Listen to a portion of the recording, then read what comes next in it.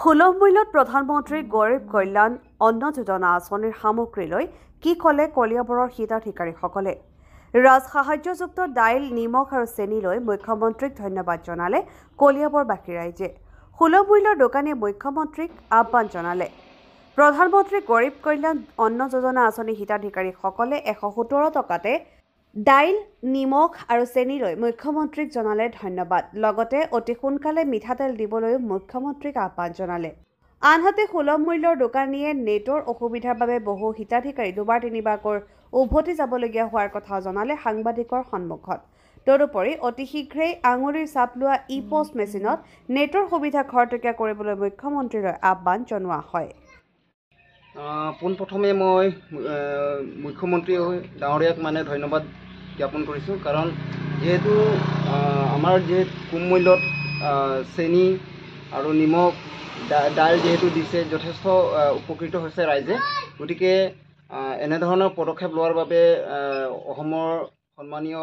মুখ্যমন্ত্ৰী ডাঙৰীয়াক মই অশেষ ধন্যবাদ জ্ঞাপন কৰিছোঁ আৰু ইয়াৰ এই পদক্ষেপৰ দ্বাৰা ঘৰৰ বহুতো দুখীয়া ৰাইজে উপকৃত হ'ব বুলি মই আশা কৰোঁ মিঠাতেল দিলে আমি আৰু আনন্দিত হ'লো হয় বেছি ভাল পালোঁ হয় চেনি দালি নিমখ দিয়াত আমি সন্তুষ্ট মিঠাতেল দিলে কম মূল্যত গাঁৱৰ ৰাইজ অলপ উপকৃত হ'ব কলিয়াবৰ ৰাইজে পিছলৈ যাতে আৰু ভাল হওক আমি ভাল পাইছোঁ চবে ৰাইজে ভাল পাইছে এই কম মূল্যতে পোৱা গৈছে কাৰণে আৰু আমাৰ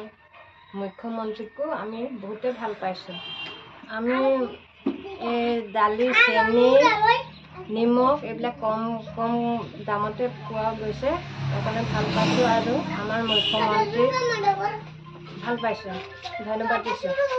পোনপ্ৰথমে NDTVক মই ধন্যবাদ দিছোঁ গতিকে এই আঁচনি দিয়াত যথেষ্টখিনি ৰাইজে উপকৃত হৈছে আৰু যিহেতু মিঠাতেলৰ কথা কৈ আছে গতিকে চৰকাৰে যদি দিয়ে তেতিয়াহ'লে ৰাইজৰ সুবিধাই হ'ব আৰু লগতে এটা কথা মই ৰাজ্য চৰকাৰক অনুৰোধ কৰিব বিচাৰিছোঁ বিশেষকৈ CM ছাৰক গতিকে আজি আমি দোকানী হৈ পেলাই বহুতো আমি কষ্ট কৰিছোঁ তাৰে লগত ৰাইজ আহি পেলাই বহু সময় থিয় হৈ থাকিব লগা হয় কিছুমান বেমাৰী মানুহবিলাকো আহে বয়োজ্যেষ্ঠ বৃদ্ধ মানুহবিলাকো আহে তেওঁলোকৰ কাৰণে অসুবিধা হয় ঘৰৰ কাম বন এৰি পেলাই বহুত সময়ত ইয়াত ফিংগাৰ প্ৰিণ্টৰ কাৰণে ৰ'ব লগা হয় গতিকে ফিংগাৰ প্ৰিণ্টৰ অৱস্থাটো একেবাৰে বেয়া গতিকে এইখিনি যদি চৰকাৰে যদি বিশেষ ব্যৱস্থা লয় অতি সোনকালে যাতে নেটবিলাক যাতে খৰতকীয়াকৈ চলে তাৰ এটা বিকল্প যদি চৰকাৰে চিন্তা কৰে তেতিয়াহ'লে ৰাইজে ইয়াত আহি পেলাই যথেষ্ট সময় ৰৈ থাকিব লগা নহ'ব গতিকে এইটোৱে ৰাইজৰ কাৰণে বহুত এটা অসুবিধা হয় কিছুমানে 3 দিন 4 দিন হৈ ঘূৰি যাব লগা হয় ৰৈ থাকিব লগা হয় গতিকে তেওঁলোকে অসুবিধা পায় ঘৰৰ কাম বন এৰি আৰু এতিয়া পথাৰত ধান কটাৰ সময় গতিকে খুব নেট শ্ল' চলি আছে গতিকে এইখিনি যদি চৰকাৰে ব্যৱস্থা ঠিক কৰি দিয়ে তেতিয়াহ'লে যথেষ্টখিনি দোকানী হৈ আমিও কাম কৰিব পাৰিম লগতে ৰাইজেও সোনকালে আহি পেলাই ইয়াৰ পৰা আঁতৰি গুচি যাব পাৰিব ধন্যবাদ যিসকলে